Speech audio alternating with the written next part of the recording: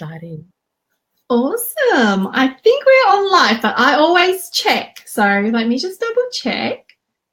Imagine recording an entire live and then realize that we're not online. We are definitely on. So hi, everybody from the Entrepreneur Lifestyle Huddle. I'm really super excited to be here this Sunday.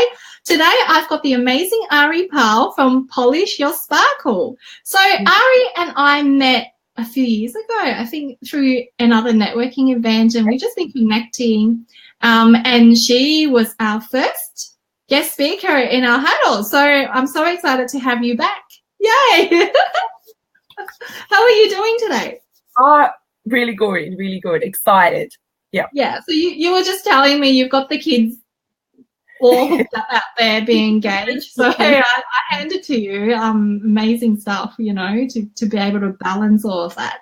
So I don't want to take up too much of your time because I know the baby's just maybe falling asleep. So tell us a little bit more about Polish Your Sparkle. So Polish Your Sparkle is my coaching business. The name came from this idea of the women that I work with are already amazing. They already have these untapped depths and qualities about themselves, but they just don't feel like they're there yet. And so the idea of Polish Your Sparkle was to sort of really acknowledge that what I do with the guidance and skills and techniques and processes that I teach and do with them is actually, really just sort of polishing their sparkle. Like they already are amazing. They're this uncut diamond, and the work that I'm doing is just that polishing up kind of thing. So yeah, that's me. I really love that. And I know I'm going off track a little bit. I kind of stalked you a little bit. I love the way you came up with the name. Yep, cool. Yeah, it's so good. So I know you've had quite a personal journey which led you down this path of empowering women. Do you like me asking you, do you mind if I ask you whether you had a defining moment that go, right, this is what I'm going to do with my life? Because you're a teacher. Yeah. Yes. So there's probably a couple of defining moments. It's one of those things where, you know, like any journey, there's twists and turns. My whole life I've really struggled with anxiety. Well, my early life, I should probably say, struggled with anxiety and depression. Had uni was pretty full on and stressful. And even after having my first two babies, really struggled with postnatal depression and undiagnosed, but certainly really depressed, and returning to work always was really stressful, and I felt resentful and angry and undervalued and all of that kind of stuff. So I think that was always something that I got challenged about, and teaching's a stressful career as well. Parenting's a stressful career as well. And so I just at one point just got to a point where I was sick of being sick of a roller coaster. I do direct sales as well, and it's like any business, you know, you get knockbacks, you have great days, you know, and so it does get roller coaster-ish. And emotionally, I was really, really high or really, really low. And then when I got setbacks, they took ages to get over, and I felt like my progress wasn't happening in any regard. And I just kind of had enough. It's sort of the classic sick and tired of being sick and tired. Yeah. I mentioned to one of my teaching colleagues who I thought understood me and sympathetic, and we're still mates, that I thought, I think I might like to go into coach. I think I want to be a coach. I think I want to do something about this. And she said, I think you should. I think you'd be really good at it. So I followed one of the $1 million directors in my direct sales company, who was amazing. And she actually had discovered that even though she taught all the processes and did all the things for her team, there's just something was missing. And so she studied and became a master NLP practitioner. She studied psychology. She studied all that sort of stuff to try and somehow help her team, and realized that a lot of the processes are developed by men, for men, tested on men, and that there was this missing piece, which was the female factor. And that's then led her to developing Creatrix. I had the chance to work with her. It wasn't the right time. It just happened to come around and coincide with school holidays and all that kind of stuff. And I went, damn it. And it was literally like I had the thought and said to this friend, I think I want to become a coach. And then about 3-4 months later, it came up. This course was coming available again, and it worked time-wise. And so I borrowed money. I borrowed money from my parents to do it, and went and did it. So that was sort of, so that was the first. That was that defining moment. Getting sick and tired of being sick and tired. Saying out loud, I think I want to do this thing, and then the opportunity arising to do it. You know, that's amazing, because you know what I love about that. You, when there's a challenge, you just go, right, I'm going to do something about that. But then you turn it into, how do I help other people who are also going through the same challenge? You know, rather than, I think a lot of coaches goes, oh, you know, I've been through that, I've come out the other side, now I'm going to teach people how to do it. But you have this belief that, you know what, I've identified the issue, I'm going to find a solution. As I'm doing it, I'm going to take it out there. And that's such a strength that you've got to just go, right, I'm going to do it. That's something that I've always noticed about you. That I think is amazing. So you've mentioned a little bit before about the male and female difference. So tell us a little bit more about Creatrix and why it's so effective. So why it's so effective? Basically, because it's designed for the female mind, and like I'm a strong feminist, and I believe that women are able to think and come to the same conclusions and process the same information and do all the same things as men. But the reality is that our brains are wired up differently, so the pathways that we go to come up with stuff are different. We've got a greater connectivity between left and right hemisphere. Men are more front to back. And so the pathways, right? Yeah. Pathways. So if you want to come up with a solution of like, okay, I've gone down this pathway to come up with this thinking that's not helping me. Yeah. Right? So that's what happens. Men and women go, I've gone down this pathway and I've come up with this thinking that's not helping me. I need a tool to fix it and to take myself back onto the right path. And the men go, I'll use this pathway, this little map process technique that's going to take me back along the pathway, back onto the path. And the women go, I'll use that one too. It's really hard. This doesn't seem to be working quite as easily. Different pathway. But if you go, I'm going to use that, I'm going to do that too, but I'm going to use this pathway that's actually the map of my pathway back, much easier, much quicker, longer lasting. So that's my little analogy of why it's different. It's like trying to run like a Mac system on a PC. Yeah, different operating systems. Yeah. So we still do all the same things, but it's just different operating system.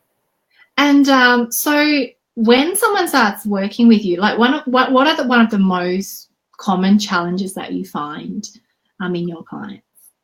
So a lot of my clients, they're already really strong women. They're already, often in high flying positions, or they're just, like in professional areas and that kind of stuff. But it's that doubt. It's the not feeling good enough about, what they're doing. It's feeling trapped. I think that a lot of the women that come, they feel trapped. They feel like their circumstances have got them locked in and they can't get out. And often it's the case of they even know what they need to do.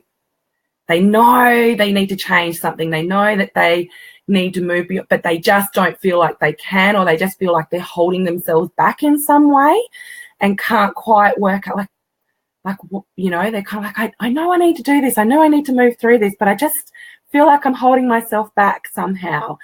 And so they're the women that I work with, and that's why Creatrix helps them break through that suppression and that resistance that they've got in their subconscious, so that they can break through and go to that next level. And do you think, like, as a society, and I'm not saying that men don't experience this, but the self-doubt side of things is just how we're brought up as women, that we're told this is how life should be. And this is, you know, I know even for myself, when the success or the, you know, the accomplishments got a little bit too much, you know, even sometimes my own family will go, oh, don't you think you should stop now? And I just can't imagine someone that's saying to my husband, don't you think you should stop now? Do you think that's why Creatrix has that edge and that need in the marketplace to be able to actually address those issues? Because I, you know, like from the NLP training that I've gone through, there's not a lot, you know, sure, we talk about self-doubt, but there's not a lot really focusing on that. You know, I know what I need to do, I know how to get there, but I'm just not doing it. And why is that? So I think, yes, first to acknowledge, yes, I think men do experience doubt and those sorts of things, but they do it, as I said before, in a very different way. And they also don't have a lot of the societal stuff. The main thing, I think, and what's more and more the science is coming out and acknowledging this, and there's more evidence and it's being more commonly accepted, is that there's this thing called epigenetics. And it's the inheritance of emotional states and beliefs. So we know that we can get our knobbly knees and our crooked nose and all that kind of stuff from our family.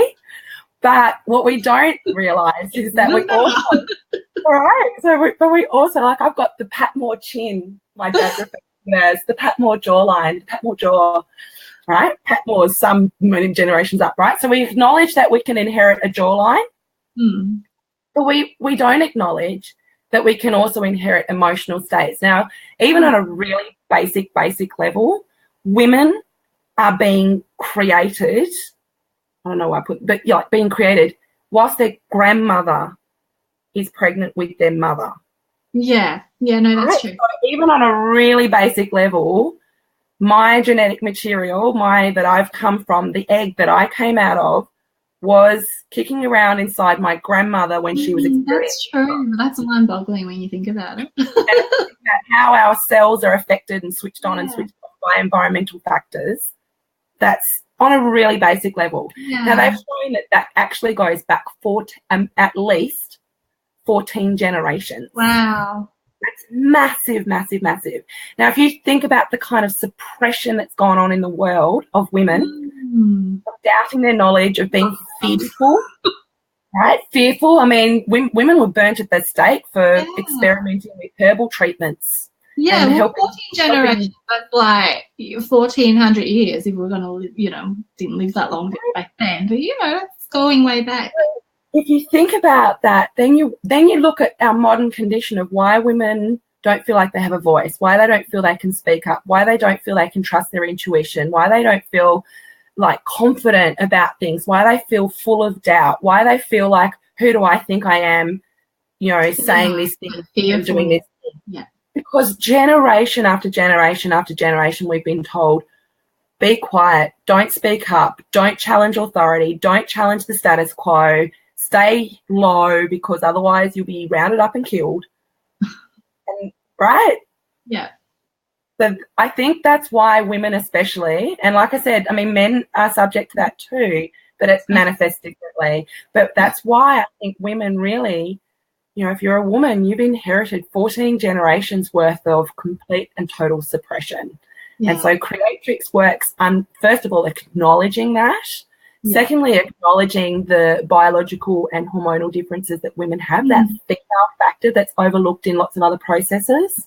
We're literally not the same person from day to day, but we're told, be the same, be consistent, do the same. Well, literally not. Like, I'm not the same person from one day to the other. Different. No. And women, I don't know how many times I talk to women, they think, oh, there must be something wrong with me.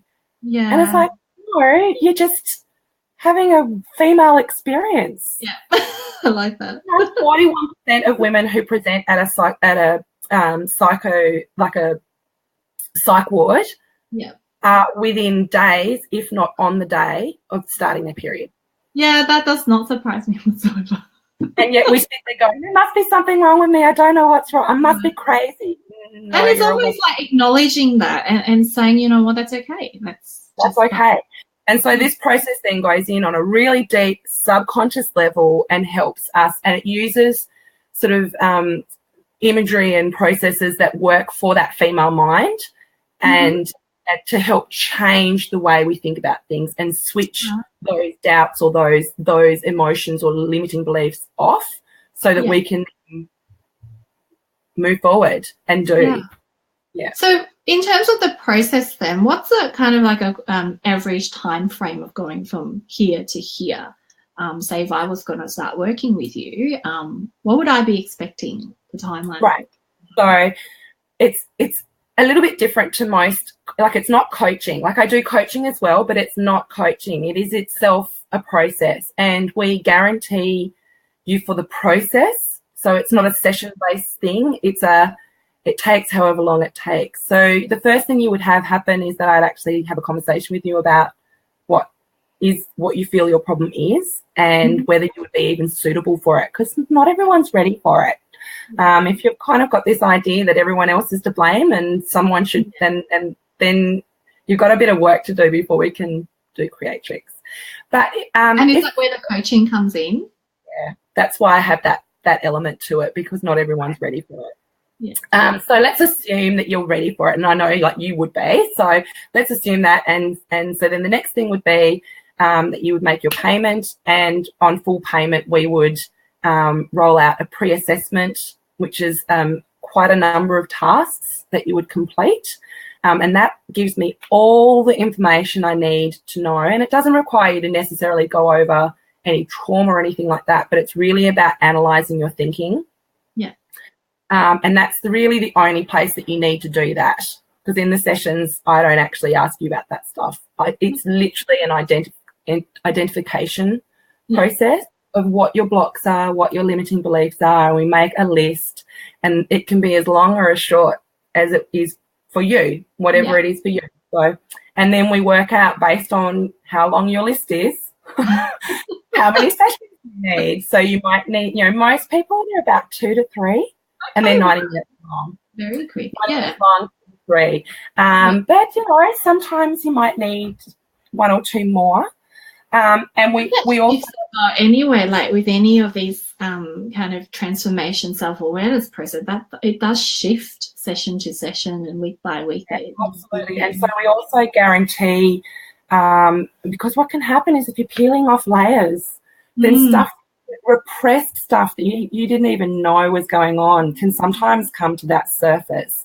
So we also guarantee, and this is why it's so important that we guarantee the process and not the number of sessions, because I would hate to say, okay, we've got you booked in for 2 sessions, and then something big comes up that we never identified in the initial thing. It's like, oh, well, you'll have to pay more. And that's not how we work. That's all guaranteed in the process, because we want you fully cleaned out at the end of it. We want you to walk away at the end of that process and be like, oh, ready to go. Like nothing, no stone left unturned kind of thing. And then that's how it works. So it's kind of tailored for each individual, but it guarantees that at the end of however long that process is, that you're fully cleaned out and ready to go. That's awesome. It's really awesome that they guarantee the processes. I really like that. So how can people get in touch with you? So probably the easiest way is through my Facebook page, which is Ari Power Empowerment. And I'm sure it'll be linked, we'll be able to link that. Yeah, we'll put a link in there. I'm also on Instagram. I do have a website, but I'm in the process of giving it a massive overhaul. So don't judge me. But that's Polish. Doesn't judge anyone by their websites. Can I just say that? Because mine's terrible. So that's Polish with Sparkle at polishwithsparkle.com.au. And my email is polishwithsparkle@gmail.com. So there's lots of ways. I can chuck a bunch of links and things like that. Yeah, that would be awesome. So thank you so much for joining me today. I will repost this on the group again and put all the links below. So your kids have been good. They only did an elephant storm down the hallway once. So mine hasn't come in yet because I expected someone to storm in, but we've done well today. So I hope you enjoy the rest of your day, and we'll see. If you've got any questions when you watch the replay, please type it below, and I'll tag Ari and she will answer them for you. Absolutely. Awesome. Awesome. Thanks again. Awesome. Thanks.